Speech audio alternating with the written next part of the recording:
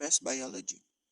Pest biology and management research involve the study of living organisms, such as insects, fungi, pathogens, vertebrates, or weeds that limit agriculture productivity. Entomology involve insect identification, their biology, and control, including integrated plant protection, includes basic laboratory field experiments. Pest. Any organism that spreads disease, causes destruction, or otherwise a nuisance which feeds mainly on mosquitoes.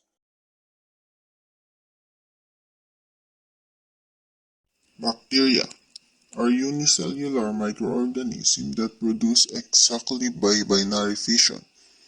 Nematode, slender, thread-like non-down.